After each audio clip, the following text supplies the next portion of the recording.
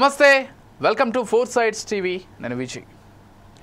అమరావతి పునర్నిర్మాణం ప్రస్తుతం ఈ అంశమే దేశం మొత్తం కూడా ఆంధ్రప్రదేశ్ వైపు చూసేలా చూస్తుంది. ఎందుకంటే 2014లో ఆంధ్రప్రదేశ్ నూతన రాష్ట్రంగా మళ్ళీ ఏర్పడినప్పుడు, అంటే తెలంగాణ విడిపోయి రాజధాని లేనటువంటి ఒక రాష్ట్రంగా ఏర్పడినప్పుడు అసలు ఆంధ్రప్రదేశ్కి రాజధాని ఎక్కడ ఏర్పాటు చేసుకోవాలి, ఎక్కడైతే బాగుంటుంది, అసలు నిజంగా మళ్ళీ హైదరాబాద్ లాంటి నగరాన్ని, హైదరాబాద్ని తలదన్నే నగరాన్ని నిర్మించుకోవడం అసలు ఆంధ్రప్రదేశ్ ప్రజలకు సాధ్యమవుతుందా, ప్రభుత్వానికి అది సాధ్యమవుతుందా, ఇలాంటి లక్ష ప్రశ్నలు ఉండేవి.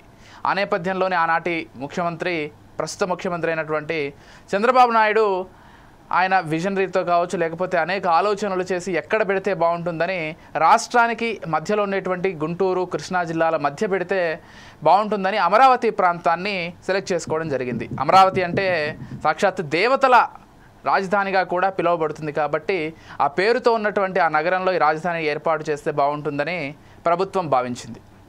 అయితే కొంత నిర్మాణాలు జరిగాయి, స్థల సేకరణ జరిగింది. ముఖ్యంగా 33,000 ఎకరాలు రైతులు స్వచ్ఛందంగా ప్రభుత్వానికి ఇవ్వడం జరిగింది. సరే, దాంట్లో కొంత లాభం రైతులకు కూడా చేకూరుతోంది. అభివృద్ధి జరిగిన తర్వాత వాళ్ళకు కొంత స్థలాన్ని కేటాయిస్తామని ప్రభుత్వం కూడా మాటిచ్చింది. ఈ నేపథ్యంలో రైతులు వాళ్ళంతటా వాళ్ళే ముందుకొచ్చి అమరావతిలో ల్యాండ్ ఇవ్వడం జరిగింది. ఆ రోజుల్లోనే ప్రపంచంలోనే ఒక గొప్ప రాజధానిగా అమరావతి నిర్మితమవబోతోందని దాదాపు ప్రపంచ మీడియా కూడా దీనికి సంబంధించి ప్రకటనలు చేసింది. The biggest cities in future అని కూడా అమరావతిని పేర్కొనడం జరిగింది. కాకపోతే ఆ తర్వాత కొన్ని పరిణామాల నేపథ్యంలో ప్రభుత్వం మారడం, వైసీపీ అధికారంలోకి రావడం, ఆ తర్వాత అప్పటి ముఖ్యమంత్రి జగన్మోహన్ రెడ్డి ఆయన వేరే ఆలోచన చేయడం, 3 రాజధానులు అయితే బాగుంటుంది రాష్ట్రానికి, దాదాపు అన్ని ప్రాంతాలు కూడా అభివృద్ధి చెందుతాయని ఆయన మరో విజనరీతో ముందుకు వెళ్లారు. అమరావతిని అలాగే కొనసాగిస్తూ మరోవైపు విశాఖపట్నాన్ని, కర్నూలును న్యాయ రాజధానిగా చేస్తూ ఆయన ప్రకటన చేశారు. కాకపోతే ఎక్కడ వేసిన గొంగలి అక్కడే అన్న చందంగా అమరావతిలో పనులు మాత్రం ఒక్క చోట కూడా ముందుకు వెళ్ళలేదు. పైగా చేసిన నిర్మాణాలు అలా సంవత్సరాలు వదిలేయడంతో పూర్తిగా శిథిలావస్థలోకి అమరావతి అప్పటి వరకు నిర్మితమైనటువంటి కట్టడాలన్నీ చేరుకోవడం జరిగింది. దీంతో అమరావతి ప్రాంత రైతులు, రాజధాని ప్రాంత రైతులు పెద్ద ఎత్తున ఉవ్వెత్తున ఉద్యమం ఎగసిపడేలాగా వాళ్ళు ఉద్యమం కూడా చేశారు. ఆ ఉద్యమాన్ని అణచివేసేలాగా గత ప్రభుత్వం నడుచుకుందనేటువంటి విమర్శ కూడా ఉంది. ఆ తర్వాత పరిణామాలు మారాయి, కూటమి ఏర్పడింది, కూటమి ప్రభుత్వం కూడా ఏర్పడింది. మళ్ళీ అమరావతిని మనం నిర్మించుకోవాలనేటువంటి ఒక సంకల్పంతో అమరావతి పునర్నిర్మాణానికి సంబంధించి ఆంధ్రప్రదేశ్ ప్రభుత్వం ప్రతిష్టాత్మకంగా ఈరోజు ఒక కార్యక్రమాన్ని చేపట్టింది. ప్రారంభోత్సవ కార్యక్రమానికి దానికి సాక్షాత్ ప్రధానమంత్రి హాజరవ్వడం జరిగింది. ఆయన హాజరవ్వడమే కాకుండా ఈ పుణ్యభూమి నుంచి మాట్లాడడం గర్వంగా ఉంది. ఈ రాజధాని భవిష్యత్తులో ఎంతో గొప్పగా అభివృద్ధి చెందుతుందని నేను బలంగా విశ్వసిస్తున్నానంటూ ఆయన కూడా పేర్కొనడం జరిగింది. ఈ సభకు సంబంధించి ప్రస్తుతం సర్వత్రా చర్చ జరుగుతోంది. అమరావతి గతంలో అనుకున్న లక్ష్యాలతోనే ముందుకు వెళ్ళబోతోందా, ఏ విధంగా గొప్ప నగరం అవ్వబోతోంది, ఇప్పుడున్నటువంటి ఆంధ్రప్రదేశ్ ఆర్థిక పరిస్థితుల్లో మరి అమరావతిని నిర్మించుకోవడం సాధ్యపడుతుందా, ఈ అంశాలకు సంబంధించి ఈరోజు డిబేట్ కొనసాగబోతోంది. మనతో పాటు సిద్ధంగా ఉన్నారు టీడీపీ పార్టీ నుంచి కంచర్ల విజయభాస్కర్ గారు, అదేవిధంగా వైసీపీ పార్టీ నుంచి ఓబుల్ రెడ్డి గారు, షేక్ మస్తాన్ వలి గారు, మాజీ ఎమ్మెల్యే గుంటూరు ఈస్ట్ నుంచి ఏఐసిసి ప్రెసిడెంట్గా కూడా వారు, వర్కింగ్ ప్రెసిడెంట్గా కూడా వారు వ్యవహరిస్తున్నారు. ఇక మూర్తి గారు అనలిస్ట్, వారు కూడా సిద్ధంగా ఉన్నారు. ముందుగా విజయభాస్కర్ గారితో ప్రారంభిద్దాం. వారు స్టూడియోలో మనతో పాటే ఉన్నారు. విజయభాస్కర్ గారు నమస్కారం అండి. నమస్కారం, చెప్పండి. డెఫినెట్గా మంచి రోజు అని చెప్పుకోవాలి. ఈరోజు చరిత్రలో మళ్ళీ నిలిచిపోయే రోజు. ఆ రోజు అమరావతి ప్రారంభమైనటువంటి ఆ రోజు ఏ విధంగా నిలిచిపోతుందో ఈరోజు మళ్ళీ పునఃప్రారంభంగా కూడా దీన్ని పేర్కొనాలి. అవును. కాకపోతే వాస్తవానికి వైసీపీ ప్రభుత్వం కంటిన్యూ చేస్తుంటే ఈరోజు అమరావతి ఒక రూపానికి వచ్చి ఉండేదేమో అనేటువంటి అభిప్రాయం ఖచ్చితంగా ఉంది. అవును. ఈ మధ్యలో ఆగిపోవడం, ఇప్పుడు పునఃప్రారంభం కావడం, ఎలా చూస్తారు ఈ మొత్తం వ్యవహారాన్ని? అదే ఇందాక మీరు చెప్పినట్టు, ఇది మీరు చెప్పారు మొదట్లో ఇది కాస్త సెంటర్ ప్లేస్గా ఉంటుందని. ఎస్, అదొక దృష్టి. రెండోది కనెక్టివిటీ, ఎయిర్ కనెక్టివిటీ, రైలు కనెక్టివిటీ, నేషనల్ హైవే కనెక్టివిటీ, అదేవిధంగా ఫోర్ట్ సమీపంలో మచిలీపట్నంలో ఫోర్ట్ ఉంది. ఇంకా ఇంకొకటి చెప్పాలి, కృష్ణా నది కనెక్టివిటీ. అదే జలవనరు, ఎస్, అద్భుతమైన జలవనరు. ఇంకెక్కడైనా మంచినీటి సమస్య వస్తుంది. ఎందుకంటే the great Mughal emperor Akbar చక్రవర్తి ఆయన తన గురువు సలీం చిష్టి జ్ఞాపకార్థం పాపం ఆయన గురువు మీద అంటే గురుభక్తి ఉన్నది, తప్పు కాదు. గురువు మీద గౌరవంతో అక్బర్ చక్రవర్తి ఆయన ఫతేపూర్ సిక్రీలో రాజధాని నిర్మాణం తలపెట్టాడు. అంటే ఆగ్రా నుంచి రాజధానిని ఫతేపూర్ సిక్రీకి మార్చాడు. అవును అవును. అక్కడ అద్భుతమైన రాజధాని, ఈరోజు టూరిస్ట్ ప్లేస్, దేశ విదేశీ యాత్రికులు అక్కడికి వెళ్ళి చూసి వస్తున్నారు. ఓకే. ఇది ఫతేపూర్ సిక్రీని టూరిజం స్పాట్ అయింది. దాన్ని రాజధానిగా నిర్మించాడు అక్బర్ చక్రవర్తి. ప్రధానమైన కారణం ఏంటంటే తిరిగి బ్యాక్ టు ద పెవిలియన్, మరలా ఆగ్రాకు వచ్చాడు. ఎందుకు వచ్చావు అని అడిగితే ఇది నీటి సమస్య, ఖజానా అంతా నీటి ట్రాన్స్పోర్ట్కి సరిపోతుంది కాబట్టి నీటి ఎద్దడి తీవ్రంగా ఉంది, నేను పొరపాటు చేశానని చెప్పి ఆయన తిరిగి మరలా ఆగ్రాకే వచ్చాడు. అంటే మొఘళ్ళ రూలింగ్ అంతా ఆగ్రా నుంచి జరిగింది. మధ్యలో కొద్ది సంవత్సరాలు, కొద్ది నెలలు అక్కడ ఫతేపూర్ సిక్రీలో ఖజానా ఖాళీ అవుతుందనే ఉద్దేశంతో తిరిగి రాజధానిని మరలా వెనక్కి తీసుకొచ్చారు. ఇప్పుడు మనకి అద్భుతమైన కొంతమంది దొనకొండ పెట్టకూడదా అంటారు. దొనకొండ అనేది నాకు చాలా బాగా సుపరిచితమైన ప్రాంతం. అవును. మా అత్తగారి ఊరికి 50 కిలోమీటర్లు. నేను అనేక సార్లు దొనకొండలో ట్రైన్ ఎక్కిన సంఘటనలు కూడా ఉన్నాయి. ఆ దొనకొండలో ఆ ఏరియా పూర్తిగా వర్షపాతం, అతి తక్కువ వర్షపాతం. నంబర్ 2, అక్కడ జలవనరులు ఏం లేవు, 3 భూగర్భ జలాలు లేవు, పైగా చుట్టూ కాస్త కొండలు అడవులు. రాజధానికి సమీపంలో అడవులు కొండలు ఉంటే కొన్ని ప్రమాదాలు ఉన్నాయి. అంటే దుష్టశక్తులు కొంత అడ్డాగా మారే అవకాశం ఉంటుంది. కాబట్టి కానీ విజయభాస్కర్ గారు సరే వీటన్నిటిని దృష్టిలో పెట్టుకొని ఒక విషయం, జలవనరులు పుష్కలంగా ఉండే ప్రదేశంగా, అదేవిధంగా కనెక్టివిటీ పుష్కలంగా ఉండే ప్రదేశంగా, అదేవిధంగా సెంట్రల్ ప్లేస్గా ఉంటుందని వీటన్నిటిని దృష్టిలో ఉంచుకొని రాజధాని అమరావతిగా నిర్ణయించడం జరిగింది. అయితే అవన్నీ సాగు భూములు ఒక విశాల ప్రయోజనం కోసం, ఒక అత్యంత విశాలమైన ప్రయోజనం కోసం. ఆ రోజు మద్రాసులో ఉన్నాం 1801లో. ఆ రోజు మద్రాస్ ప్రెసిడెన్సీలో తిరిగి వాళ్ళని కలిపారు. మద్రాస్ ప్రెసిడెన్సీలో ఉన్నాం. అక్కడి నుంచి వాళ్ళు తన్నితే వచ్చి కర్నూలులో పడ్డాం. కర్నూలులో గుడారాల పరిపాలన సాగింది 3 సంవత్సరాలు. తర్వాత విశాలాంధ్రలో హైదరాబాద్ రాజధానిగా ఉన్నాం. 58 సంవత్సరాలు కలిసి ఉన్నాం. హైదరాబాద్ నగరంతో మీకేం సంబంధం లేదు, కొత్త రాజధాని నిర్మించుకోమన్నారు ఆనాటి కాంగ్రెస్ పాలకులు. సరే వచ్చాం, అమరావతి అన్నాం. సరే దురదృష్టవశాత్తు 2019లో పార్టీ ఓడిపోయింది. అప్పటిదాకా ఆయన అమరావతి కరెక్ట్ రాజధాని, మరి నేను కూడా తాడేపల్లిలో ప్యాలెస్ నిర్మించుకున్నాను, ఇదే కరెక్ట్ అన్న పెద్ద మనిషి అధికారంలో రాగానే గొంతు మార్చాడు. గొంతు మార్చి 3 రాజధానులు అన్నాడు. అవును. అదేమంటే ప్రపంచంలో ఎక్కడా లేని ఒక ఉదాహరణ చెప్పాడు. సౌత్ ఆఫ్రికాలో ఈ విధంగా 3 ప్రాంతాల్లో 3 ఉన్నాయి. అక్కడ జాతుల సమస్య ఉన్నది. అంటే విజయభాస్కర్ గారు ఇక్కడ ఒక విషయం చాలా స్పష్టంగా చెప్పాలి ప్రజలకు కూడా. 3 రాజధానులు అన్నారు, అమరావతిని కంటిన్యూ చేస్తా అన్నారు. ఆయన స్వయంగా చెప్పారు ముఖ్యమంత్రిగా. కంటిన్యూ చేస్తామంది. ఏ విషయంలో కంటిన్యూ చేస్తా ఉన్నాడు ఆయన?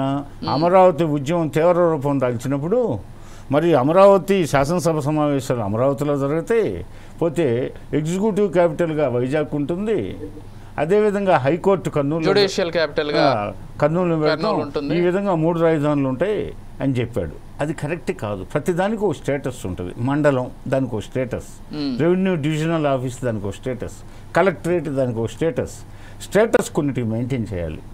కాబట్టి పరిపాలన వికేంద్రీకరణ వేరు. ఇది స్టేట్ క్యాపిటల్ అన్నప్పుడు, పైగా కొత్త రాష్ట్రానికి అనేక లోటుపాట్లతో అత్యంత పెద్ద 16,000 చిల్లర కోట్ల రెవెన్యూ లోటుతో ఏర్పడ్డ రాష్ట్రం, పైగా 9th 10th షెడ్యూల్స్ ఇంతవరకు విభజన కార్యక్రమాలు పూర్తి కాల.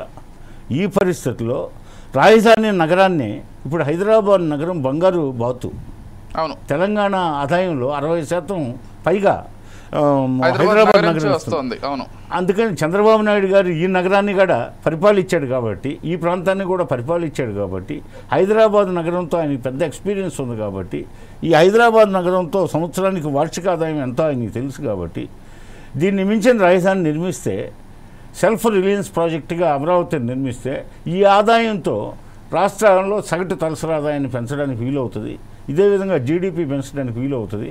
ఇదే విధంగా రాష్ట్రాన్ని ప్రగతి పదంలో పయనింపు చేయొచ్చు అనే ఉద్దేశంతో ఆయన అమరావతిలోనే అన్నీ ఉండాలి అని చెప్పి, ప్రజలు కూడా ఆమోదముద్ర వేయకపోతే నిన్న ఉత్తరాంధ్రలో సీట్లన్నీ మాకే వచ్చాయి, రాయలసీమలో సీట్లన్నీ మాకే వచ్చాయి సీట్లన్నీ.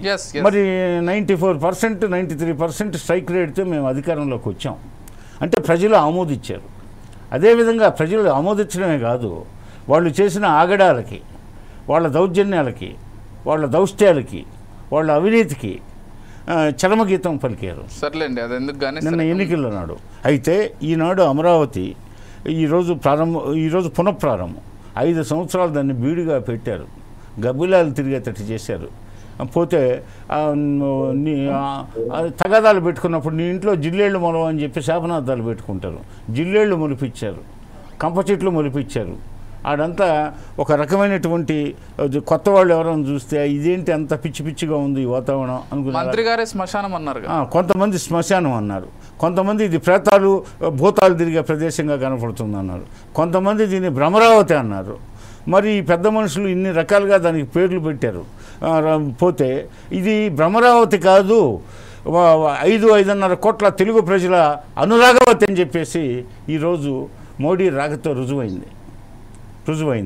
పోతే ఈ అనురాగవతిని అన్ని రంగాల్లో in all walks of life దీన్ని చక్కగా తీర్చిదిద్దాలనే సంకల్పంతో రాష్ట్ర ప్రభుత్వాధినేత కూటమి పెద్దలు కలిసి అన్ని రంగాల్లో దీన్ని స్వయం శుభ్రత ప్రాజెక్టుగా తీర్చిదిద్దాలని అమరావతిని అన్ని హంగులతో ప్రపంచ స్థాయి రాజధానిగా నిర్మించాలని చెప్పేసి, అదేవిధంగా వాతావరణ పరిస్థితులను దృష్టిలో పెట్టుకుని, అదేవిధంగా అన్ని పరిస్థితులను దృష్టిలో పెట్టుకుని దీన్ని చక్కటి పోతే ఒక సాధనంగా అంటే ప్రజలకి అందుబాటులో ఉండేటటువంటి ఒక రాజధానిని, ప్రజా రాజధానిని నిర్మించాలనే ఉద్దేశంతో ఈరోజు అనేక ప్రాజెక్టులు 94 ప్రాజెక్టులు ఈరోజు ప్రారంభోత్సవాలు శంకుస్థాపనలకి నోచుకునేలాగా చేశారు.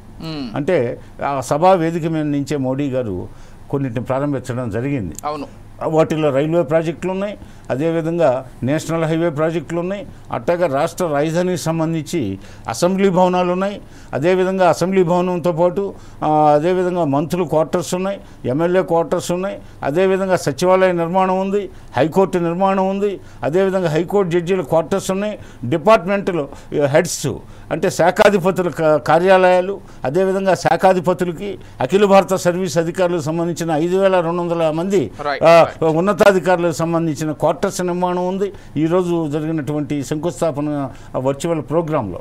అదేవిధంగా ఈరోజు మొత్తం 175 అసెంబ్లీ నియోజకవర్గాల నుంచి తండోపుతండాలుగా జనం అంతా అన్ని పండుగలు కలిసి వస్తాయి. ఉదాహరణకి ఒక సంక్రాంతి, ఒక నవరాత్రి, ఒక శివరాత్రి, ఒక ఉగాది, ఒక క్రిస్మస్, ఒక ఈస్టర్ డే, ఒక రంజాన్, ఈ పర్వదినాలు ఇలాంటి, అదేవిధంగా ఒక బుద్ధ జయంతి, ఒక మహావీర జయంతి, ఇలాంటివన్నీ కలిసి వస్తే ఒక్కరోజు ఎలా పరవశిస్తారో అంతటి అత్యుత్సాహంతో, అంత పరవశంతో ప్రజలంతా అమరావతిలో ఈరోజు ప్రధానమంత్రి గారు వచ్చే కార్యక్రమానికి హాజరయ్యారు. వాళ్ళంతా జై జై ధ్వానాలు చేశారు. అందుకు తగ్గట్టు మోడీ గారు సభావేదికగా ఆయన ఇవన్నీ ఆచరణ రూపం దాలుస్తాయి, మీ కళలు సాకారం అవుతాయని చెప్పి హామీ ఇవ్వడం జరిగింది. ఇది ఈరోజు జరిగినటువంటి ముఖ్యమైనటువంటి కార్యక్రమం. ఒకసారి షేక్ మస్తాన్ వలి గారితో మాట్లాడదాం, మాజీ కాంగ్రెస్ ఎమ్మెల్యే అయినటువంటి వారితోటి. మస్తాన్ వలి గారు నమస్కారం అండి. నమస్కారం అండి. ఏంటండి కాంగ్రెస్ స్టాండ్ ఏంటి అసలు? అంటే రాష్ట్రం ఏర్పడ్డప్పుడు రాజధానిగా అమరావతిని ప్రకటించారు, కొంత అభివృద్ధి పనులు ప్రారంభమయ్యాయి, తర్వాత వైసీపీ ప్రభుత్వం వచ్చింది, వైసీపీ ప్రభుత్వంలో పూర్తిగా అమరావతిని వదిలేశారు. అంటే సరే వాళ్ళ వర్షన్లో అమరావతిని కేవలం ఒక అసెంబ్లీ ఉంటే చాలు, మిగిలినవన్నీ కూడా వైజాగ్లో లేకపోతే కర్నూలులో పెట్టుకుంటామంటూ వాళ్ళు చెప్పి వదిలేశారు. ఇప్పుడు మళ్ళీ టీడీపీ తిరిగి అధికారంలోకి వచ్చిన తర్వాత, లేకపోతే కూటమి ప్రభుత్వం అధికారంలోకి వచ్చిన తర్వాత తిరిగి భారీ ఎత్తున అమరావతి పునర్నిర్మాణానికి శంకుస్థాపన జరిగిందని చెప్పుకోవాలి. స్వయంగా ప్రధాని మోదీ వచ్చి చేశారు. అసలు ఎలా చూస్తారు? ప్రారంభం అవ్వడాన్ని, ఆగిపోవడాన్ని, మళ్ళీ ప్రారంభం అవ్వడాన్ని స్వాగతిస్తున్నారా, లేకపోతే గత ప్రభుత్వం మాదిరిగానే 3 రాజధానులు అంటారా? అసలు మీ వర్షన్ ఏంటి కాంగ్రెస్ తరఫు నుంచి? ఇప్పుడు మీరు చెప్పండి. ఇప్పుడు భాస్కర్ చెప్పారు, కంచెల భాస్కర్ గారు అసలు పండగలాగా చేసుకున్నారు, ఉత్సవం చేశారు. ఇవ్వాలే ప్రజలు తెల్లన్నం తినడం మొదలు పెట్టారు. అసలు లేకపోతే ఇంత ముందు దాకా అసలు జొన్నన్నం తిన్నారు, రాగన్నం తిన్నారు. ఇప్పుడు మోడీ వచ్చే మాకు తెల్లన్నం పెట్టింటాడు. అసలు తండోపుతండాలు 175 నియోజకవర్గాల నుంచి 100 కోట్ల రూపాయలు ఈ అప్పుల్లో ఉన్న రాష్ట్రం ఈ కార్యక్రమం కోసం ఖర్చు పెట్టారని చెప్పి రాష్ట్రం యావత్తు దాని మీద జుగుత్సాకరంగా చూస్తా ఉన్నారు. అమరావతి పునఃప్రారంభం ఏంటండి? ఆ రోజు ముఖ్యమంత్రి 2015లో ముఖ్యమంత్రి ఎవరండి? 2015లో ప్రధానమంత్రి ఎవరండి? ఎవరండి అమరావతికి స్టోన్ వేసింది? వీళ్ళిద్దరు కాదా? వీళ్ళిద్దరు ప్రధానమంత్రిగా, ఆయనే ముఖ్యమంత్రిగా, మళ్ళా ఈయనే ఉన్నాడు. ఏంటి ఇదంతా? పిచ్చోళ్ళని, ప్రజల్ని పిచ్చోళ్ళని చేయడం కోసం వీళ్ళు భవిష్యత్తులో ఈ పార్టీలో వీళ్ళ పిల్లల్లో, వీళ్ళ కొడుకుల్లో, లేకపోతే ఒకళ్ళ కోసం ఒకళ్ళు డబ్బాలు కొట్టుకోవడం, ఒకటో రకం డబ్బా సెల్ఫ్ డబ్బా కొట్టుకోవటం, రెండో రకం డబ్బా వాడు డబ్బా కొట్టుకోవటం కాబట్టి వాడు ఎదుటి డబ్బా కొట్టుకుంటే వాడి నీ గురించి డబ్బా కొట్టుకోవటం. ఇవాళ 3 రకం డబ్బాలు కొట్టుకుంటా ఉన్నారు. పవన్ కళ్యాణ్ ఒక డబ్బా చేరాడు. ఇది తప్ప పోయినసారి వచ్చినప్పుడు ఇదే అమరావతి రైతులు మా మొఖాన ఒక గుప్పెడు మట్టి తీసుకొచ్చి కొట్టాడు, మా మొఖాన మా ఆశల మీద ఒక చెమ్ము నీళ్లు కొట్టాడు, వీడికి అసలు అర్హత లేదని చెప్పి అమరావతి రైతులు నా ఎదురుగా, నేను పాల్గొన్న గుంటూరు జిల్లా వాసిగా, ఆ రైతులు అమరావతి రాజధాని మద్దతుగా 33,000 ఎకరాలకు మేము వ్యతిరేకించాం. అరెస్టులు చేశారు. ఈ దేశంలో ఎక్కడ 33,000 ఎకరాలున్న రాజధాని ఎక్కడా లేదు. బలవంతమా, ప్రేమతోనా, లేదా మెట్ట ప్రాంతంలో ఉన్నటువంటి పొలాలు రైతులు ఆశపడి ఇవ్వటం జరిగింది. ఇవాళ కూడా కౌలు ప్రభుత్వం చెల్లిస్తా ఉంది. ఏంటి అది? ఒక పెద్ద స్కామ్ అండి. నిజంగా అది ఒక పెద్ద స్కామ్. తెలీదు. దీని లక్షల కోట్ల రూపాయల స్కామ్ అది. ఇవాళ నేను అడుగుతా ఉన్నా, ఢిల్లీని మించిన రాజధాని ఇస్తానని నేను అనలేదే, కాంగ్రెస్ వాళ్ళు అనలేదే. అమరావతి రాజధాని కావాలన్నా ఎందుకు? అమరావతికి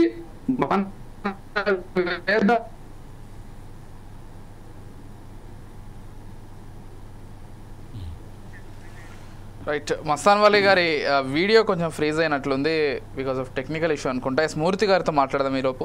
మూర్తి గారు నమస్కారం అండి. నమస్తే విజయ్. ఎలా చూస్తారు మూర్తి గారు? అంటే పునఃప్రారంభం అనేటువంటి ఒక పేరుతోటి మళ్ళీ స్వయంగా ప్రధాని మోదీ ఆ రోజు ఏ విధంగా వచ్చారు, ఈరోజు వచ్చారు, ఒక సభలో ఆయన పాల్గొన్నారు. ఆ సభలో దాదాపు 50,000 కోట్లకు పైగా రాష్ట్రంలో పనులను కూడా ప్రారంభించారు. సరే, పొగడ్తలు స్థానం ఉంది కాబట్టి కృష్ణానది ఒడ్డున ఉంది. మస్తాన్ వలి గారు ఒక్క నిమిషం అండి. మస్తాన్ వలి గారు, మూర్తి గారు మీరు చెప్పండి. రేపు పొగడ్తలు కూడా చాలా గట్టిగా వినిపించాయి ఈరోజు. మోదీ గారేమో పవన్ కళ్యాణ్ని, చంద్రబాబుని, చంద్రబాబు గారేమో మోదీని, పవన్ కళ్యాణ్ మోదీని, ఇలా ఒకరినొకరు బాగా పొగుడుకున్నారు. ఇది కూడా బాగా హైలైట్ అయింది. అసలు ఎలా చూస్తారు అమరావతి పునఃప్రారంభాన్ని, ఆ వేదికని ఎలా చూస్తారు? ముందుగా మన డిబేట్లో పాల్గొంటున్న ప్రతినిధులకి, మిత్రులకి, అదే విజయ, మీకు, మన ఛానల్ సిబ్బందికి శుభ సాయంత్రం. ఇప్పుడు మనం అర్థం చేసుకోవాల్సింది, పునఃప్రారంభం చేయడానికి ఇంత ఖర్చు పెట్టడం అవసరమా? ఇది ఒకటి చర్చ కింద వస్తా ఉన్నది. రెండవది, పునఃప్రారంభంలో 94 శంకుస్థాపనలు, ప్రాజెక్టులకి శంకుస్థాపనలు జరిగినాయి. ఇది రెండవ అంశము. మూడో అంశము, అసలు విభజన చట్టంలోని అంశాలని ప్రస్తావనకు వచ్చినాయా అనేది కూడా ఒక ప్రశ్నగా ముందుకు వస్తుంది. ఇప్పుడు ఆ రోజుని మన చంద్రబాబు నాయుడు గారు, అదేవిధంగా మోడీ గారు ప్రత్యేక హోదా లేదు, ప్రత్యేక ప్యాకేజ్ అన్నారు. ఆ ప్రత్యేక ప్యాకేజ్ అంటే మన ప్రత్యేక హోదా కన్నా మించి దీని ద్వారా మనకి ప్రయోజనాలు జరుగుతాయని ఇద్దరు చెప్పారు. వాటి ప్రస్తావన ఎక్కడ కూడా రాలేదు. అదేవిధంగా తెలంగాణ, ఆంధ్రప్రదేశ్ మధ్యన జరగాల్సిన నిధుల పంపకాలు, వాటి గురించి కూడా ఎక్కడ మెన్షన్ జరగలేదు. అదేవిధంగా మన నీళ్ళకు సంబంధించి ముఖ్యంగా కృష్ణా నీళ్ల మీద ఇప్పుడు అలజడి కూడా జరుగుతూ ఉన్నది. దానికి సంబంధించిన వివరాలు కూడా ఏమీ లేవు. అయితే లక్షల కోట్లు దీనికి మేము సహకరిస్తాము అని అంటున్నారు. ఇది అప్పులా, లేకపోతే నిజంగా నిధులు ఇస్తారా? ఇది ఒక సంశయం. ప్రపంచ బ్యాంకు నుంచి అప్పు తెచ్చుకోవడానికి అవకాశం కల్పించడమా, లేకపోతే 1,00,000 కోట్లు వాళ్ళకి మన ఆంధ్రప్రదేశ్కు ఈ సహాయార్థం ఈ ప్రాజెక్టులన్నీ పూర్తి చేయడానికి ఇస్తారా అనే ఒక ప్రశ్న కూడా సంశయంగా మిగిలిపోతుంది. ఇక పొగడ్తలు అంటే అవి మామూలే. 2000 ఫోటోలు మనకి 2018కి ముందు ఎంతలా పొగుడుకున్నారో అంతలా తెగుడుకున్నారు కూడా ఈ రెండు పార్టీలు. అప్పుడు కూడా ఇదే ప్రధానమంత్రి గారు, ఇదే ముఖ్యమంత్రి గారు ఉన్నారు. యూటర్న్ తీసుకోవడం కూడా జరిగింది, మాకు ప్రత్యేక హోదానే కావాలి అని చెప్పి. సరే, కారణాంతరాలు ఏవైనా గత 5 సంవత్సరాల్లో కేంద్ర ప్రభుత్వం వైసీపీకి చాలా దగ్గరగా ఉండి ప్రోత్సహించిన అనుభవాలు కూడా మనం చూస్తూ ఉన్నాం. అందుకని ఒక సంశయం కలుగుతూ ఉంటుంది.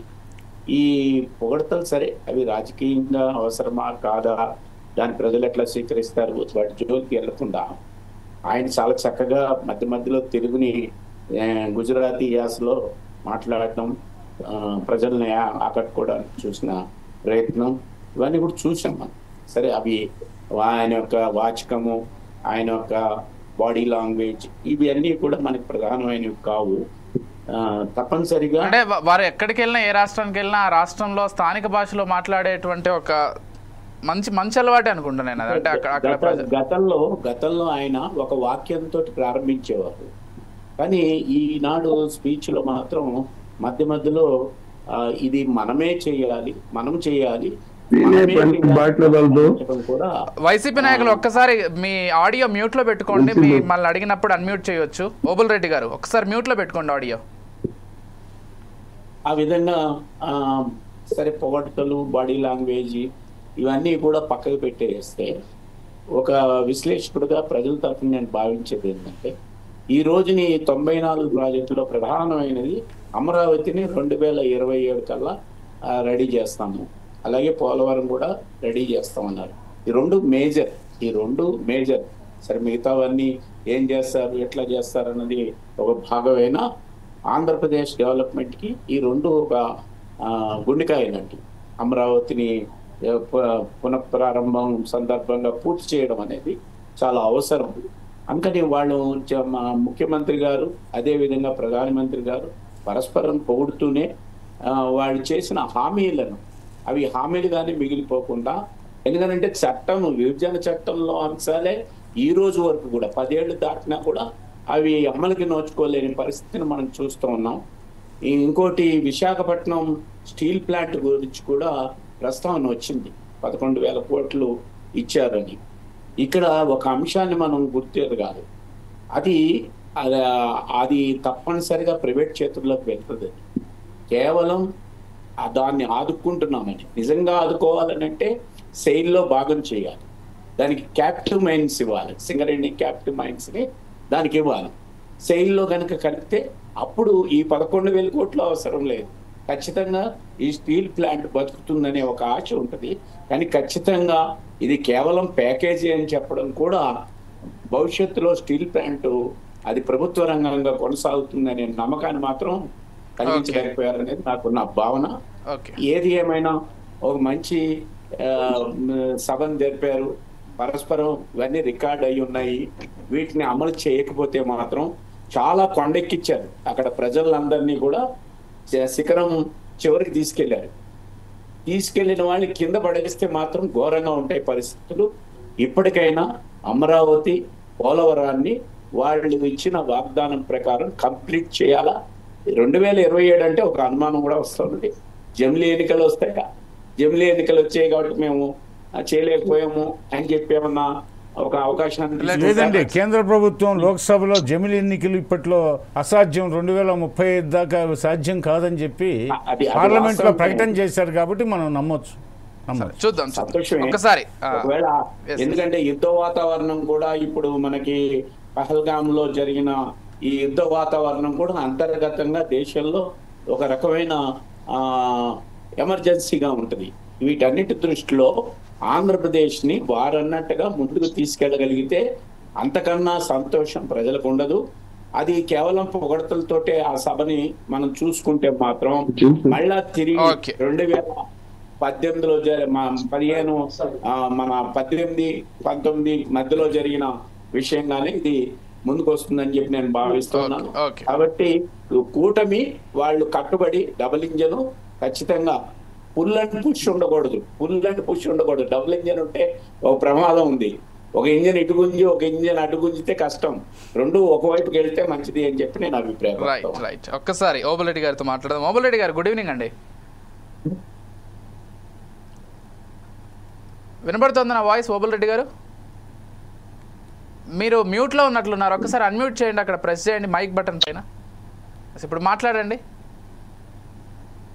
లే వినిపించట్లేదు ఓబులరెడ్డి గారు, ఒక్కసారి చూడండి. హలో,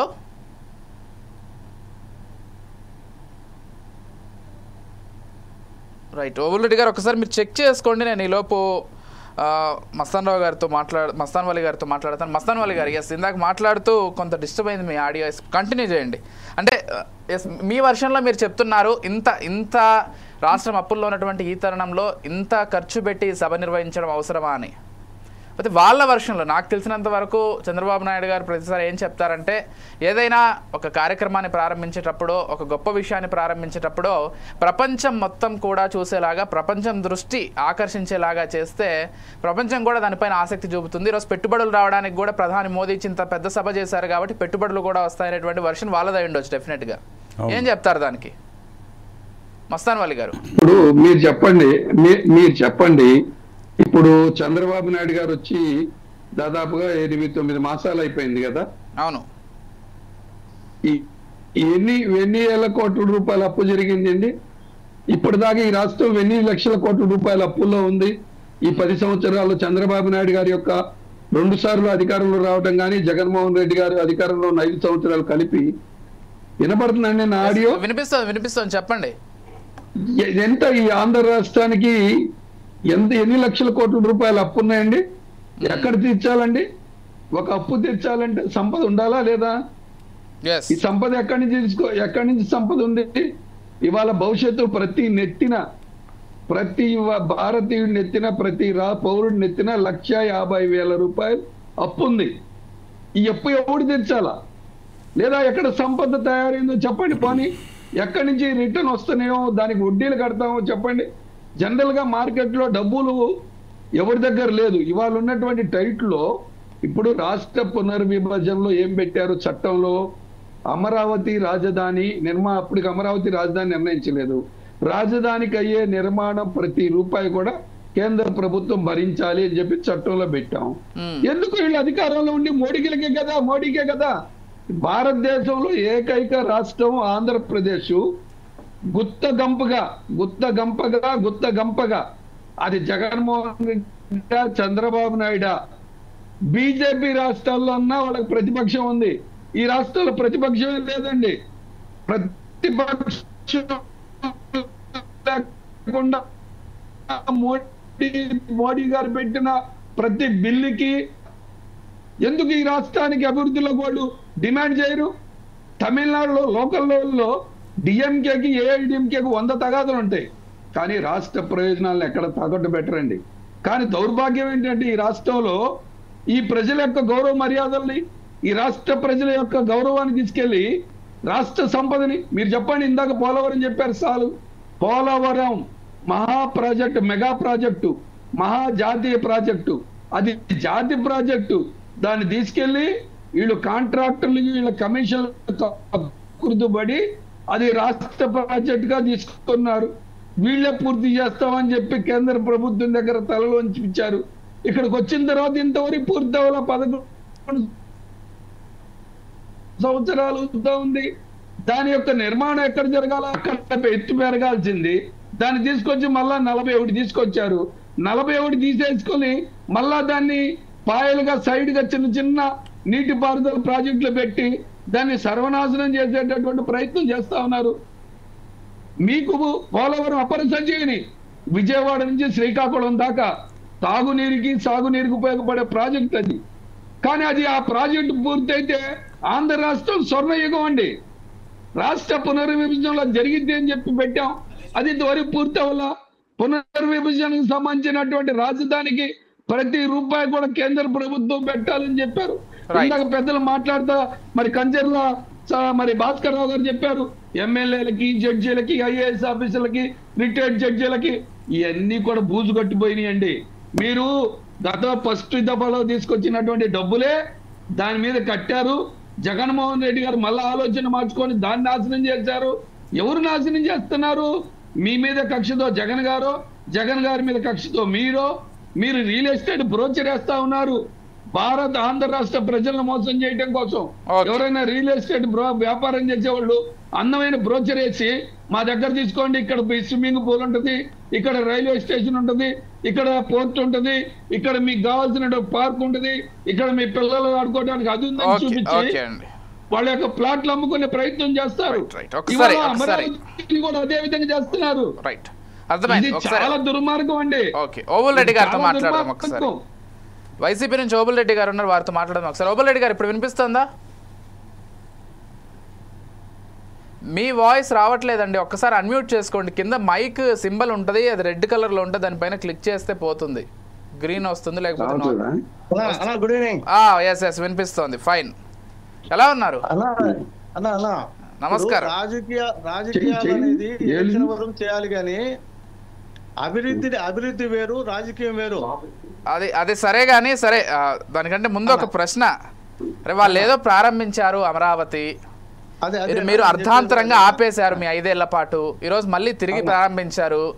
రాష్ట్ర ప్రజలు పిచ్చోళ్ళ అనేది వాళ్ళకి అర్థం కావట్లేదు. ఇప్పుడు అభివృద్ధి అనేది ఒకరు ప్రారంభించినప్పుడు అమరావతి కానివ్వండి, పోలవరం కానివ్వండి, లేకపోతే ఇంకో ప్రాజెక్ట్ కానివ్వండి, అని కంటిన్యూ చేయాలి కదా. మీరు మధ్యలో ఆపేయడం వల్ల ఈరోజు చాలా నష్టం ఎవరికి జరిగిందంటే ఆంధ్రప్రదేశ్కి జరిగింది. ఇప్పుడు ఒక్కటే ప్రశ్న సూటిగా మిమ్మల్ని, నెక్స్ట్ ఎలక్షన్స్లో సరే ఏదో జరిగి కూటమి ఓడిపోయి మీ ప్రభుత్వం వచ్చింది, ఆ రోజు అమరావతి పరిస్థితి ఏంటి? కంటిన్యూ చేయబోతున్నారా, లేకపోతే మళ్ళీ గతంలో మాదిరిగానే అమరావతితో సంబంధం లేదు, వైజాగ్ని చేస్తాము లేకపోతే కర్నూలుని చేస్తామని మళ్ళీ ఆపేస్తారా? ఏంటి మీ పార్టీ స్టాండ్? అన్న, మా లీడర్ జగన్మోహన్ రెడ్డి గారు ఒక్కసారి ఒక స్టేట్మెంట్ ఇచ్చాడు, దాని మీద స్టాండ్ అవుతాడు. మేమైతే 3 రాజధానుల నిర్మాణం చేసి 3 ప్రాంతాలను సస్యశ్యామలు చేసి అభివృద్ధిలో మిగతా రాష్ట్రాలతో పాటు మేము పోటీ పడే విధంగా ప్రజలను తయారు చేయాలనేది మా నాయకుని యొక్క లక్షణము.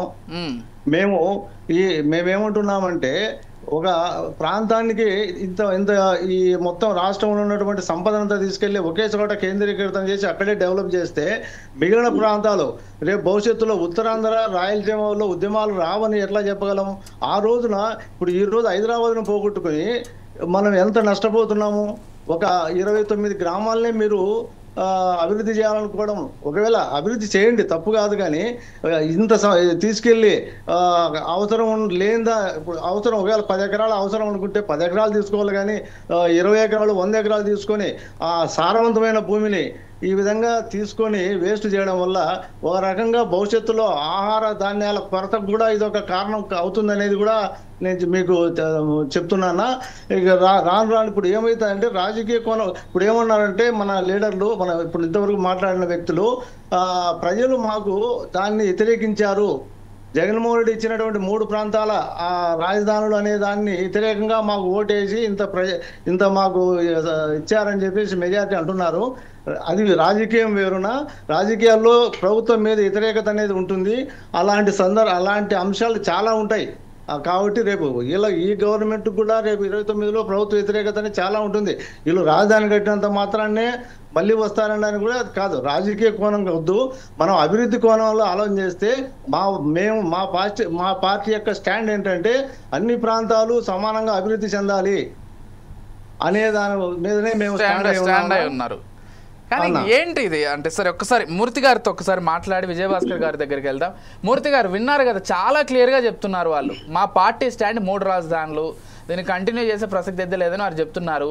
రాష్ట్ర ప్రజలు పిచ్చోళ్ళ నాకు అర్థం కావట్లేదు. వీళ్ళేమో 5 సంవత్సరాలు కడతామని కొద్దిగా ప్రారంభిస్తారు, వాళ్ళు వచ్చి ఆపేస్తారు, మళ్ళీ వీళ్ళు వస్తారు, మళ్ళీ వీళ్ళు కొంచెం కడతారు, వాళ్ళు వస్తారు, వాళ్ళు ఆపేస్తారు. ఏంటిది? బొమ్మలాట, చిన్నపిల్లలు ఆడుకునే బొమ్మలాట ఇదేమైనా? దీన్ని కేంద్రమే పరిష్కరించాలి విజయ్, కేంద్రం పరిష్కరించాలి. గత 5 ఏళ్లలో అమిత్ షా గారు కానీ మోడీ గారు కానీ ఖచ్చితంగా ఒకసారి అమరావతిని డిసైడ్ చేసిన తర్వాత అదే రాజధాని అని చెప్పలేదు. ఇదంతా రాష్ట్ర ప్రభుత్వం ఎవరైతే ఎన్నుకోబడ్డారో వాళ్ళ యొక్క డిస్క్రిప్షన్ ఉంటుంది అని చెప్పారు. ఎప్పుడు వీటి కూడా ఆ విధంగానే వేశారు. కానీ మూర్తి గారు అంటే నేను విన్నది ఏంటంటే చట్టపరంగా కూడా రాజధాని ఎక్కడ పెట్టుకోవాలి, రాజధానికి సంబంధించినటువంటి పూర్తి నిర్ణయాధికారం రాష్ట్ర ప్రభుత్వానికే ఉంటుంది, కేంద్రం జోక్యం ఉండదనేటువంటిది కూడా విన్నాను. ఎంతవరకు కరెక్ట్ నాకు తెలియదు, నేను విన్నదైతే చెప్పాను మీకు. ఇప్పుడు నిర్ణయం మార్చుకోవడం రాష్ట్ర ప్రభుత్వం అధికారం అని చెప్పలేదు కదా, నిర్ణయం అధికారం. నిర్ణయం అయిపోయింది. విజయ్ గారు మస్తాన్ వలి గారు చెప్తున్నారు, చెప్పండి. ఇప్పుడు కేంద్ర ప్రభుత్వం ప్రకటించినటువంటి మ్యాప్ లో అమరావతి రాజధాని చూపించడం జరిగింది సార్. ఇది పార్లమెంట్ లోకి వచ్చినటువంటి దాంట్లో అమరావతి రాజధాని చూపించారు. ఇప్పుడు మీ వైసీపీ ప్రభుత్వం ఇక్కడ ఉన్నప్పుడు కేంద్ర ప్రభుత్వం వాళ్ళ యొక్క రోడ్డు మ్యాప్ లో రాజధాని అనేటటువంటి దానిలో అమరావతిని రాజధానిగా చూపించడం జరిగింది. మీరు మళ్ళా మీరు కూడా పక్కదారి పడుతున్నారు విజయ్ గారు. అది కాదు కావాల్సింది. ఇవాళ అమరావతి అనే రాజధానిని ఆ రోజు ముఖ్యమంత్రిగా చంద్రబాబు నాయుడు గారు, ఆ రోజు ప్రధానమంత్రిగా నరేంద్ర మోడీ గారు ఢిల్లీని మించిన రాజధాని చేస్తా ఉన్నారా లేదా? రైతాంగానికి ఈ రోజు కూడా కౌలు ఎందుకు కడతా ఉన్నారు?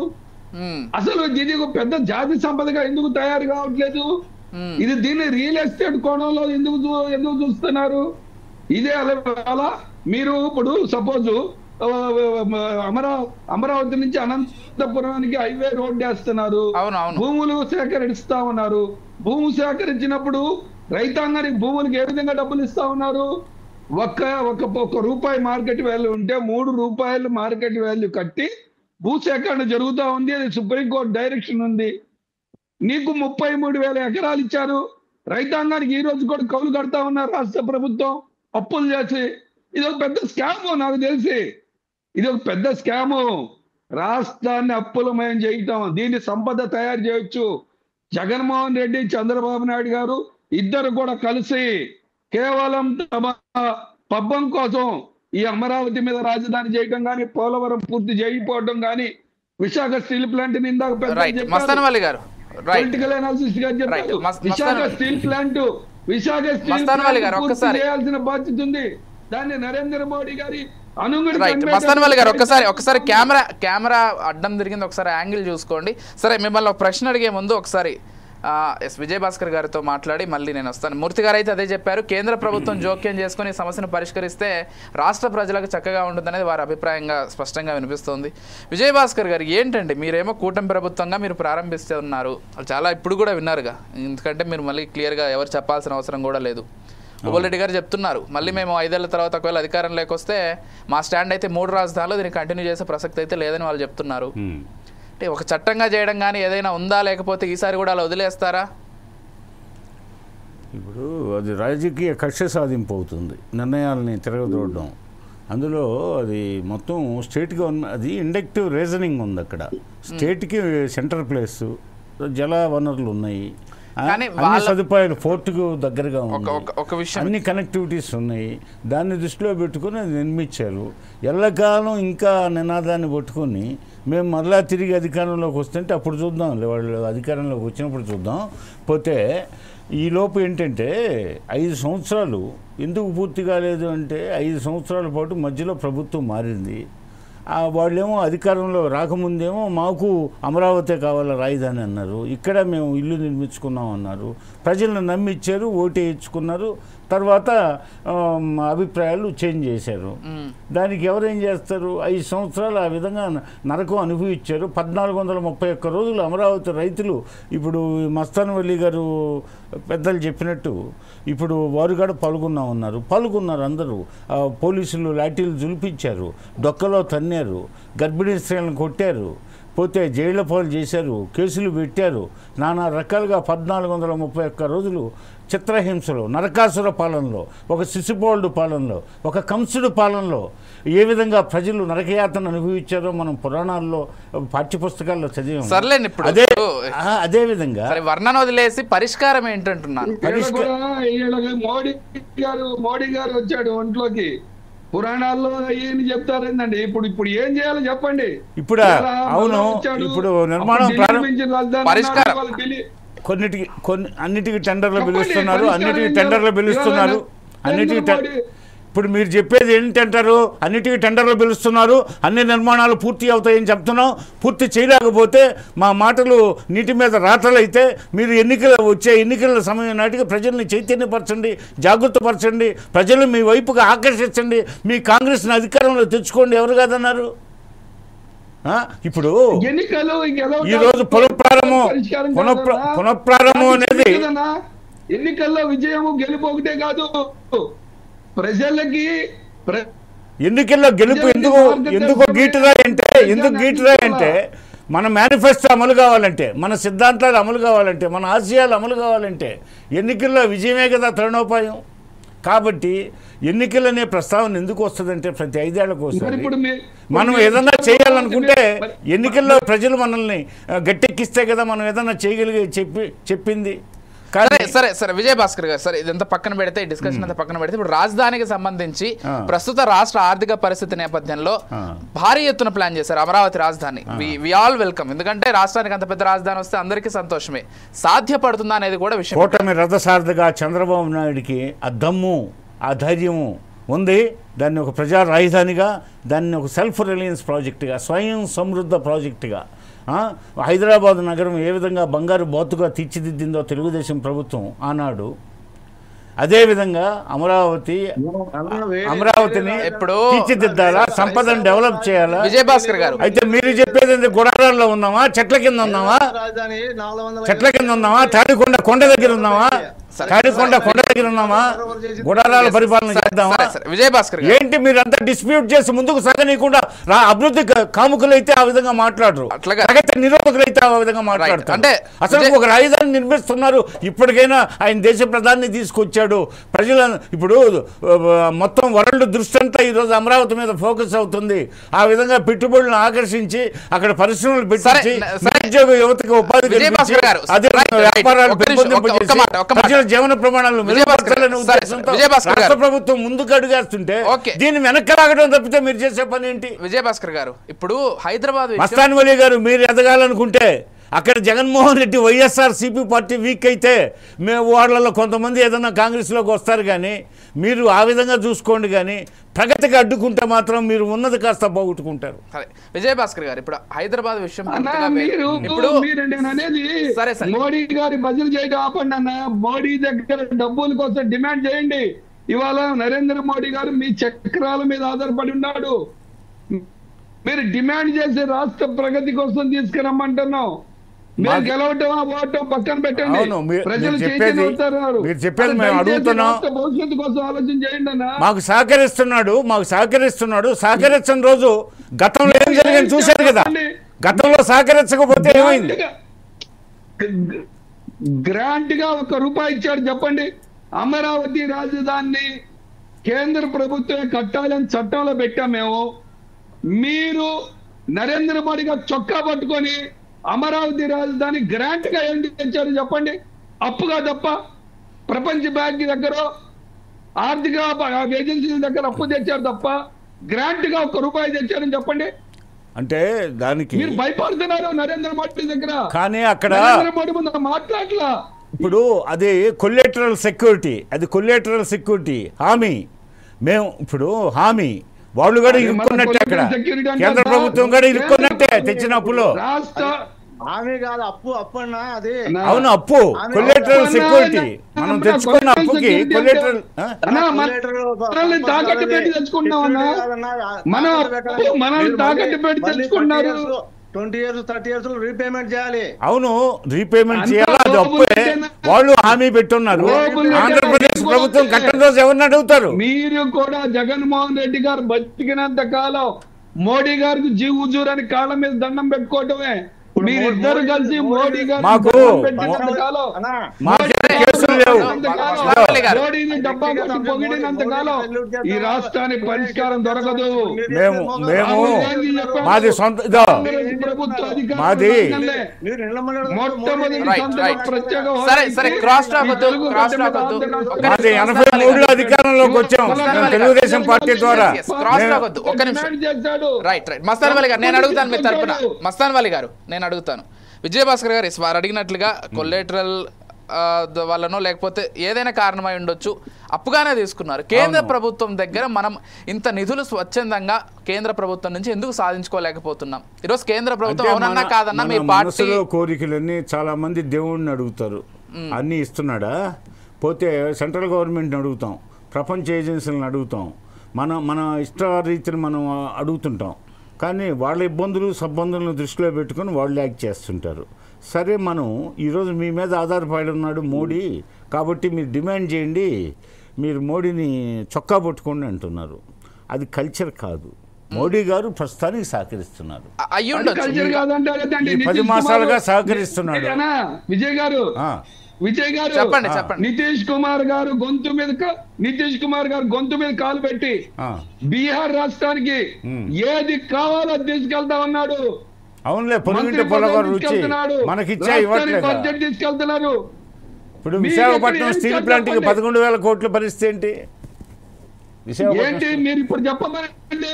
కేంద్ర మంత్రి ఇది ప్రైవేట్ పోతే ఇప్పుడు నాగాయలంకలో చెప్పండి. మచిలీపట్నం ఇప్పుడు అవనిగడ్డ నాగాయలంక ఏరియాలో ఇది మిస్సైల్ క్షిపణి ప్రయోగ కేంద్రం, అది 1,500 కోట్ల పైన ఇస్తున్నాడు. అదే సరే విజయభాస్కర్ గారు, నేనేమంటున్నానంటే సరే ఇస్తున్నారని చెప్తున్నారు, మనం కత్తి పెట్టమని చెప్పట్లేదు. ఈ రోజు రాష్ట్రం ఉన్న పరిస్థితి, ఆ రోజు మోదీ గారు కూడా స్వయంగా రైల్వే ప్రాజెక్టులకి ఇప్పుడు 9,000 కోట్లు కేటాయించాడు. ఇప్పుడు అన్ని రాష్ట్రాలతో పాటు హైవే ప్రాజెక్టులకు ఇస్తున్నారు, అన్ని రాష్ట్రాలతో పాటు రైల్వే ప్రాజెక్టులకు ఇస్తున్నారు. మన రాష్ట్రానికి ప్రత్యేకంగా ఏమి ఇవ్వట్లేదు. తెలంగాణ ప్రభుత్వం కూడా అదే పదే చెప్తున్నారు. తెలంగాణలో ఉన్నటువంటి ఎంపీలు కూడా అదే పదే చెప్తున్నారు, రైల్వేస్ కి ఇస్తున్నారు, హైవేస్ కి ఇస్తున్నారని. అన్ని రాష్ట్రాలతో కలిపి ఆంధ్రప్రదేశ్కి ఇస్తున్నారు, కానీ ప్రత్యేకంగా ఏమి ఇవ్వట్లేదు అంటున్నాం. మరో మాట, ఆంధ్రప్రదేశ్ రాజధానికి సంబంధించి లేకపోతే ఆంధ్రప్రదేశ్ ప్రస్తుత పరిస్థితిని దృష్టిలో పెట్టుకొని ఇతర రాష్ట్రాల కంటే ఖచ్చితంగా కష్టకాలంలో ఉందనుకొని అలా ఎందుకు ఇవ్వట్లేదు అంటున్నాము. అవునండి, ఇప్పుడు గతంలో తిరుమలలో చెప్పండి అన్నా, విశాఖపట్నాన్ని రైల్వే జోన్ ప్రకటించారని చెప్పి అన్నారా? ఇంతవరకు గజెట్ అవ్వలా. ఎందుకు గజెట్ అవ్వలేదు? అవుతుంది ప్రధానమంత్రి వచ్చి ఇప్పుడు ఇంతవరకు గజెట్ అవ్వలా. జనరల్ మేనేజర్ వస్తాడు, ప్రభుత్వాలు పేపర్లు కదలాలి కదా. వాళ్ళు ఒరిస్సా వాళ్ళు ప్రెజర్ చేస్తా ఉన్నారు. అర్థమైంది. సరే మస్తాన్ వాలి గారు, సరే విజయభాస్కర్ గారు, అదే నేను అడిగేది. ఇప్పుడు ఆ రోజు తిరుపతిలో మాట్లాడుతూ 5 ఏళ్ల పాటు 10 ఏళ్ల పాటు ఇస్తాను మీకు స్పెషల్ స్టేటస్ అని చెప్పారు. సరే, ప్రత్యేక ప్యాకేజీ మేము ఒప్పుకున్నామని చెప్పారు. ఆ ప్యాకేజీ రాలేదు, ఆ స్టేటస్ రాలేదు. ఈరోజు అమరావతికి నిధులు ఏమైనా ఇచ్చారంటే ప్రత్యక్షంగా ఏమి ఇవ్వలేదు, అప్పుల రూపంలో ఇచ్చారు. ఇప్పుడు అది అడగాల్సింది ఎవరిని? అడగాలి. అది ఎవరిని అడగాలి? మీరు చెప్పండి. ఇప్పుడు ఇస్తామని చెప్పింది ఎవరన్నారు? మీరు ప్రధాని మోదీ స్వయంగా ఇస్తా అన్నారు. మరి వారు ఏ పార్టీకి చెందినవారు? BJP party. మరి అడగాల్సింది ఎవరిని? మీరు అడగాల్సింది. ఈరోజు కూటమి ప్రభుత్వంలో మీరున్నారు కదా. కూటమిలో ఉన్నాము. చెప్పింది అడగాల్సింది బీజేపీ వాళ్ళని అన్నప్పుడు అడగాల్సింది ఎవరని కూడా చూసుకోవాలి కదా. రాష్ట్ర ప్రభుత్వంలో అధికారంలో ఉన్నది మీ పార్టీయే కదా, అడగాల్సింది మీరే కదా అనుకుంటున్నారా? మేము డిఫర్ అయ్యాం ఆ విషయాల్లో. ఎక్కడ డిఫర్ అయ్యాం? డిఫర్ అయితే మరి ఇప్పుడు ఎందుకు ఏం చూపించట్లేదు అంటున్నాము. ఇప్పుడు సహకరిస్తున్నాడు, ఇప్పుడు మంచిగా పొగుడుతున్నారు కదా. అసలు ఏదో మోదీ లాంటి లీడర్ ని ఈ రోజు దేశ చరిత్రలో చూడలేదన్నంత లెవెల్లో పొగిడేస్తున్నారు మోదీని. మోదీ గారు వచ్చి చంద్రబాబు నాయుడు ఏమో అసలు ఇట్లాంటి రాష్ట్ర చరిత్రలో ఇట్లాంటి ముఖ్యమంత్రిని చూడలేదని ఆయన పొగుడుతారు. ఒకరినొకరు పొగుడుకోవడం కనిపిస్తోంది కానీ రాష్ట్ర ప్రజలకు ఏంటో కనిపించట్లేదు. ప్రస్తుత పరిస్థితుల్లో, ఈ దేశం ఉన్న ప్రస్తుత పరిస్థితుల్లో ఇంటిగ్రిటీ ఉన్న లీడరు యావత్ దేశాన్ని ఒక సమైక్యతలో నడిపించే నాయకుడు కరువయ్యాడు. ఒక్క మోడీ గారే ఈరోజున్న నాయకుల్లో గ్రేట్ పర్సనాలిటీ, పొలిటికల్ పర్సనాలిటీ. కాబట్టి ఈయనే ప్రపంచవ్యాప్తంగా పలుకుబడి పరపుతున్న మనిషి. ఈయనైతేనే దేశానికి కావాల్సిన వనరులు సమకూర్చగలడు, ఈయనైతేనే విదేశాల నుంచి పెట్టుబడులు తేగలడు, ఈయనైతేనే దేశాన్ని రక్షణ పరంగా రక్షించగలడు, ఈయనైతేనే విదేశాలతో స్నేహ సంబంధాలను పునరుద్ధరించగలడు. ఆ స్థాయి నాయకుడు భారతదేశంలో కరువయ్యాడు. కాబట్టే మోడీని 3వ సారి గెలిపించారని అనుకుంటున్నారు. సర్లేండి, మళ్ళీ మీరు పొగడం ఎందుకు? ఆయన పొగిడారు అక్కడ ముఖ్యమంత్రి గారు, మళ్ళీ మీరు పొగడం కదా, అభిప్రాయాలు చెప్తారు. పొగడతల వర్షం మీరేం కురిపిస్తారు. కానీ ఒక్కసారి ఓబుల్రెడ్డి గారితో మాట్లాడదాం. వైసీపీ పార్టీ తరపు నుంచి ఓబుల్రెడ్డి గారు, ఒక్కసారి అన్మ్యూట్ చేయండి. మీరు మాట్లాడేది ఏదే వినిపించట్లేదు, మీరు మాట్లాడుతూనే ఉన్నట్లు కనిపిస్తున్నారు.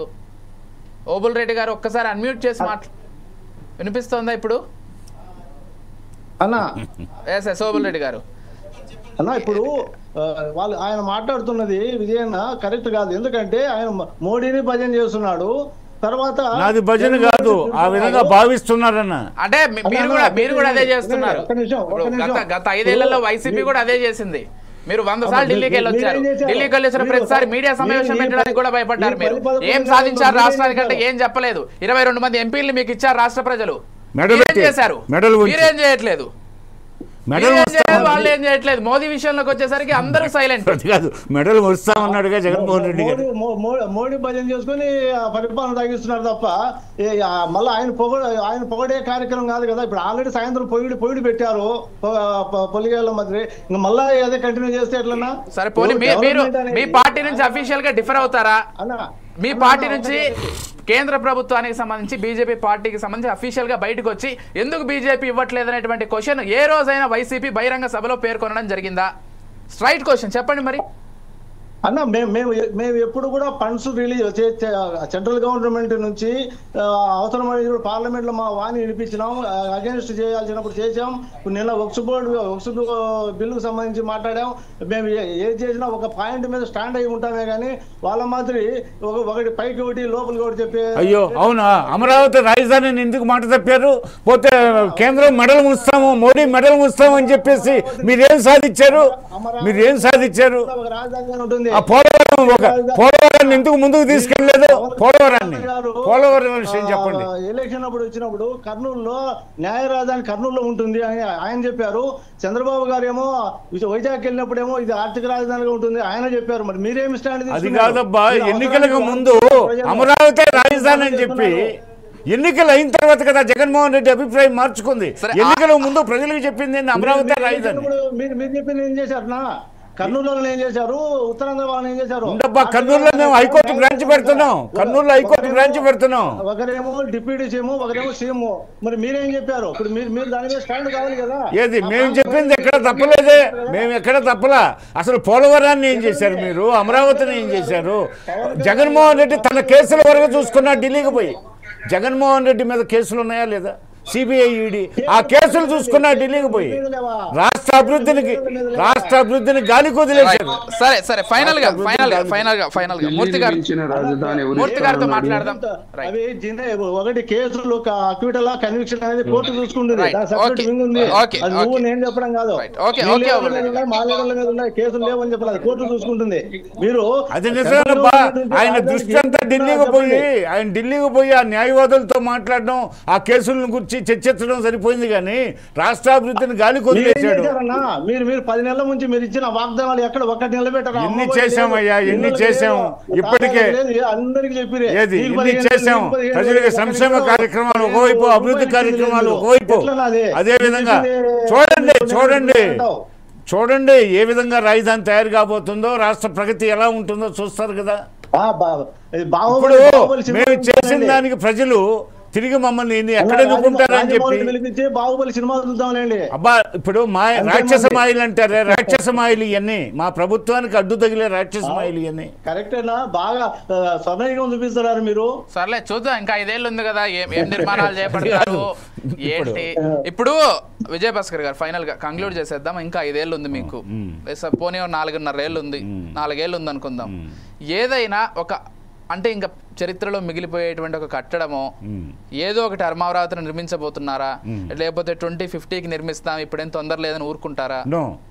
నో, అది మేము పూర్తి చేస్తున్నాం అతి త్వరలో. అంటే పూర్తి అవ్వదులేండి, అంత పెద్ద ప్రాజెక్ట్ లేదు. 2019 నుంచి 2024 కదా, 2024 నుంచి 2029 దాకా కదా. అవును, 2029 కాదు, 2027కే పూర్తి చేస్తాం చివరికి అన్నారు. ఏదన్నా 2027 చివరికి పూర్తి చేస్తామని చెప్పారు. వజ్ర సంకల్పం అండి, వజ్ర సంకల్పంతో ఇప్పుడు వజ్ర సంకల్పంతో ఉన్నారు. కానీ హైదరాబాద్ నగరం ఈ రోజుకి పూర్తి కాలేదు.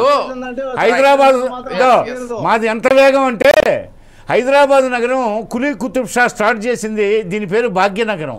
కులీ కుతుబ్ షా ఒక ముస్లిం సెక్యులర్ మంచి రాజు ఆయన భాగమతి అనే ఒక స్త్రీని భాగమతి అనే ఒక హిందూ స్త్రీని వివాహం చేసుకుని ఆమె పేరుతో భాగ్యనగరం అని చెప్పేసి కట్టడం స్టార్ట్ చేశాడు.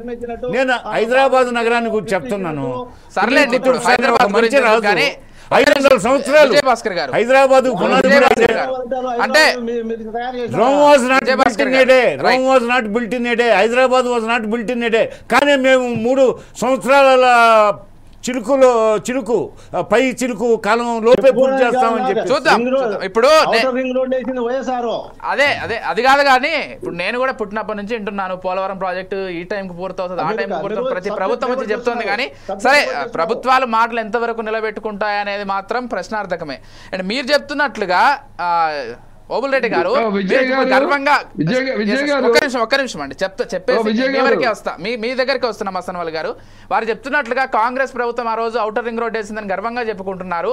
ఆ విధంగా జగన్మోహన్ రెడ్డి గారు కూడా చేస్తుంటే నేను ఇది చేశాను అమరావతికి సంబంధించి, భవిష్యత్తులో రాజధానికి సంబంధించి కూడా అంత బాగుండేదేమో. హైదరాబాద్ విషయంలో చంద్రబాబు, రాజశేఖర రెడ్డి, కిరణ్ కుమార్ రెడ్డి, రోషయ్య, కేసీఆర్, ఈరోజు రేవంత్ రెడ్డి ప్రతి ఒక్కరూ అభివృద్ధిని కంటిన్యూ చేస్తున్నారు కాబట్టి ఈరోజు అంత గొప్ప రాజధాని నిర్మితమైంది హైదరాబాద్ విషయంలో. కానీ వైసీపీ ఆపాలనుకుంటోంది. సరే మీ స్టాండ్ మీది. ఫైనల్ గా మస్తాన్ వలి గారు ఏదో చెప్పాలనుకుంటున్నారు, చెప్పండి. మేము ఆపాలనట్లేదు. సార్ నేను ఒక చిన్న క్లారిఫికేషన్. 2014 నుంచి 19 దాకా చంద్రబాబు నాయుడు గారు అధికారంలో ఉన్నారు. పోలవరానికి జనవనరుల శాఖ మంత్రిగా దేవినేని ఉమా గారు ఏమన్నాడంటే అసెంబ్లీ సాక్షిగా ప్రమాణ పూర్తిగా వచ్చే నెలలో పూర్తి అవుతుంది, నేను బలం పూర్తి చేస్తానని చెప్పి అసెంబ్లీ రికార్డ్ లో ఉంది. దాని తర్వాత వాళ్ళు పూర్తి చేయలేదు. దాని తర్వాత జగన్ పార్టీ అధికారంలోకి వచ్చింది. స్వామి అయ్యప్ప మాల వేసుకున్నాడు అనిల్ యాదవ్ గారు. అయ్యప్ప మాలలో ఉండి డిసెంబర్ 1 తారీఖున వీఆర్ ఇనాగరేషన్ అమరావతి అని చెప్పి స్వామి అయ్యప్ప మాల చెప్పాడు. అవును, అంబటి రాంబాబు పోతే నెల్లూరు అనిల్ వీళ్ళిద్దరు ఇరిగేషన్ మినిస్టర్లుగా పోలవరం